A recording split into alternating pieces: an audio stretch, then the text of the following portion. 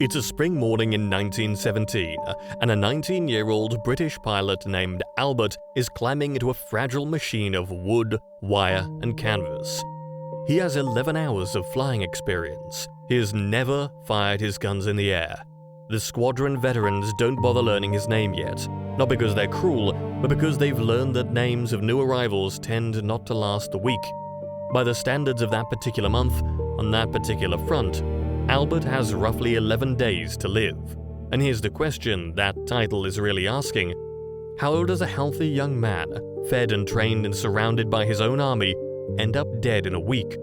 Not on some doomed last stand, not from a freak accident, but routinely, predictably, as a normal outcome of just showing up. To answer that, you will have to understand something genuinely strange about the First World War.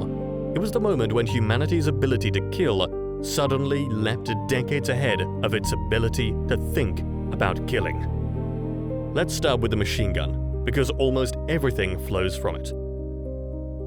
A single Maxim or Vickers gun could fire around 500 to 600 rounds a minute, the work of perhaps 80 riflemen packed into one weapon operated by 2 or 3 men. It didn't get tired, it didn't flinch, it just swept back and forth across open ground like a deadly garden hose.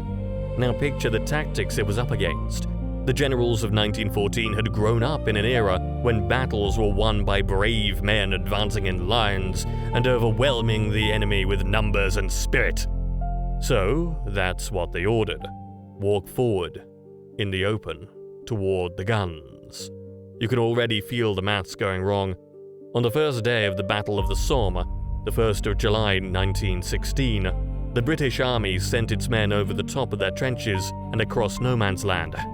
By the end of that single day, around 57,000 British soldiers were casualties, nearly 20,000 of them dead. One day. In some places, entire battalions were cut down in the first few minutes before they'd crossed even half the distance. These weren't reckless fools. They were ordinary men who'd been told that the artillery had already destroyed the Germans' defenses and that they could walk across safely. The artillery hadn't. They couldn't. And the guns were waiting. But the machine gun was only the most famous killer. The bigger one, the quiet one, was artillery. Most soldiers who died in the First World War were not shot. They were blown apart, or buried alive, or killed by the shockwave of high explosive by men they never saw, fired from miles away. A new recruit in a frontline trench could be killed by a shell on his very first night, having never spotted a single enemy, never fired his rifle, never done anything except stand in the wrong patch of mud at the wrong second. There was no skill that fully protected you from it. There was no bravery that outran it. It was, in the most literal sense, a lottery. And you bought a ticket every hour you stayed in the line. Now, layer on the place itself. The trenches of the Western Front were long, narrow ditches where men lived for days at a time in standing water, surrounded by their own waste, their dead, and millions of rats. Out of this came a whole catalogue of ways to die that had nothing to do with the enemy at all. There was trench foot, where feet left too long in cold water began to rot. There was gas gangrene, where a small wound packed with the rich, fertilized soil of the battlefield turned infected and lethal within days. Because this was farmland, full of manure, and that manure carried the bacteria. A scratch could kill you. A bad cut on your hand could end your life as surely as a bullet, just slower. And then there's the truly strange part. The people most likely to die quickly were often the ones in charge. If you were a junior officer, a lieutenant, fresh out of training, maybe 20 years old, your job in an attack was to climb out first and lead your men forward. You carried a pistol instead of a rifle. You sometimes wore a slightly different uniform, and you were expected to stand up, wave, and shout encouragement while everyone around you kept low. To the enemy machine gunner, you were the obvious target, the one to drop first to throw the attack into chaos. The result was that British junior officers died at a notably higher rate than the ordinary soldiers they led.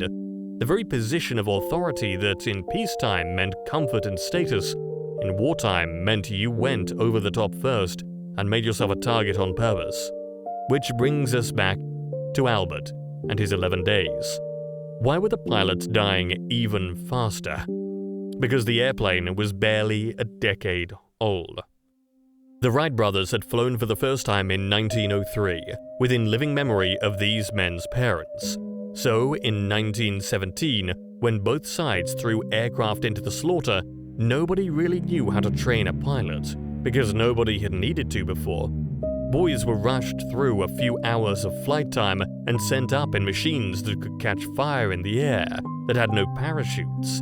The High Command worried, absurdly, that parachutes might tempt pilots to abandon expensive planes, and that fell apart if you pushed them too hard. Most pilots who died never made it past their first few patrols. They didn't lose dramatic dogfights, they were jumped from behind, or simply lost control of an aircraft they hadn't learned to fly. And that was that. Step back, and a pattern emerges from all of it. Every single one of these deaths, the machine-gunned infantry, the shelled recruit, the targeted officer, the green pilot, comes from the same root cause. The tools of war had been transformed by the Industrial Revolution. Factories could now produce shells by the million, guns that fired hundreds of rounds a minute, poison gas, flame, aircraft. But the human beings running the war were still thinking in the language of an older century, of cavalry charges and glorious advances, and the idea that enough courage could win a field. The gap between those two things, between what the weapons could do and what the leaders understood, is measured in lives. Millions of them. Around 9 to 10 million soldiers died in the 4 years of that war, and an enormous share of them died not in clever battles, but in the same way, over and over, walking or standing into a wall of metal that no amount of bravery could cross. So why would you die in a week? Because you happened to be alive at the exact moment in history where killing became industrial and thinking had not yet caught up. You weren't unlucky in some cosmic sense. You were standing at the precise seam in time where the old world of war ended and a new terrible one began, and the people in charge were still figuring out in real time and at your expense that the rules had changed. The names of most of those men are gone now.